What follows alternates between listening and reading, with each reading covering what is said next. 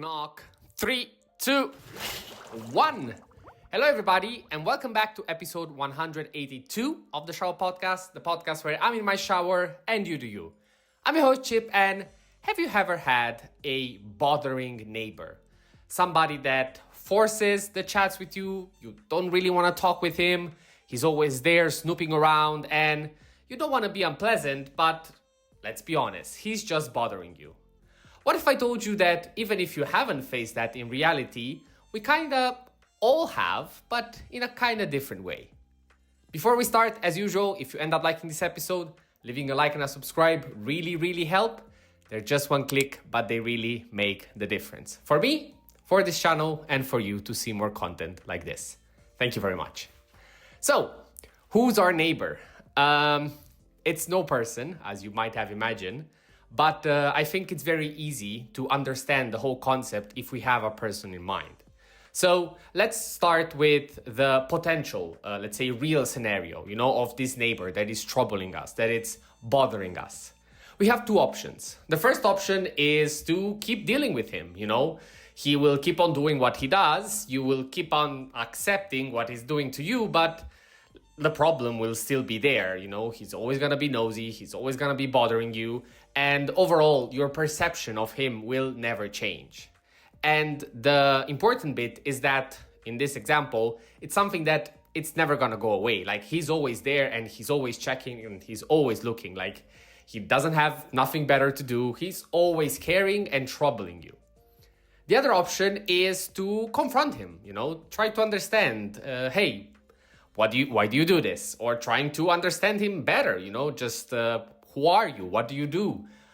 Try to befriend him, try to get him a bit more. And once you do that, maybe you'll start to understand that he's really doing those things because he cares about you. Now, as I said, the example of the neighbor might or might have not happened to you. I hope not in this case.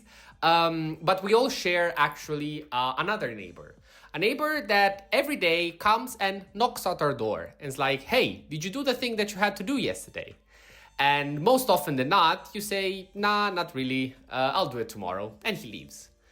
The day after, he comes knocking again. Hey, did you do the thing that you had to do yesterday? No, I didn't do it also today, I'll do it tomorrow. And I would like to focus here on 2 points of this scenario. The first one is that it's happening daily. Every day there is a thought, there is something, there is a task that you're leaving behind, but it's always there with you. It's not something that you forget and you're like, 1 month later, like, oh my God, I had to do that thing, I completely forgot. No, it's something that it's actually bothering you and it's, again, knocking at your door, but you're, let's say, kind of ignoring it in the sense that you're not actually solving the problem and doing the thing, but at the same time, you're actually also confronting it. So you are responding to this neighbor and, giving him the just wait another day because I'll do it. And in my case, this happened this week with going to the gym. I always postponed it for several reasons, both personal, both in the sense of time, and also because I was a bit more lazy than usual. But the thing is that, given that it's an important thing for me and it's something that I care if I skip it, I know that it has consequences. Of course, we're not talking physical, health-wise, we're not talking about the gym. But for how I perceive this thing and the importance that I give to this action, it has consequences on my mood. The fact that I'm skipping it, the fact that I'm not doing it, is not only, whatever, I'll do it tomorrow or whenever I have time.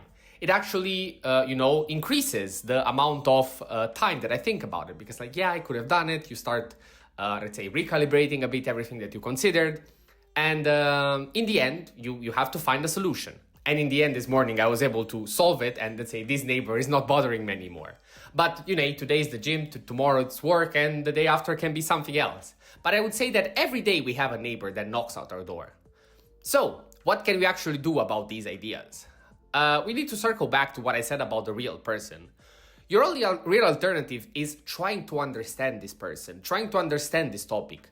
Why do I care about it? Why is it something that I'm not able to do? Is it really something that it's, let's say, in my power? Is it something that I'm skipping because I'm afraid of? The reasoning here can be, whatever. It's, I don't know your problem, so it makes it difficult to guess. But usually, it's one of those things. You're either scared to do it because you might fail, you're either extremely tired that you're not able to do it, or you're not really sure on how to approach it, therefore you wait another day for God knows what. But at the end of the day, this is ignoring the problem, ignoring the neighbor. But the neighbor will keep on bothering you, like he's always there. Because again, you kind of care about this thing, so it's not just gonna go away. Whereas the moment that you actually try to understand what's the matter, why am I caring so much about this thing, and give yourself any kind of plan in which you say, okay, at least I'm gonna solve it once.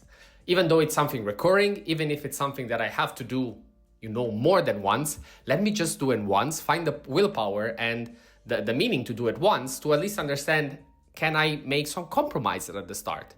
Can I find a half solution so the neighbor doesn't bother me so much and he's also happy with his thing, and maybe instead of coming every single day, he comes, I don't know, maybe every 2 days, every 3 days.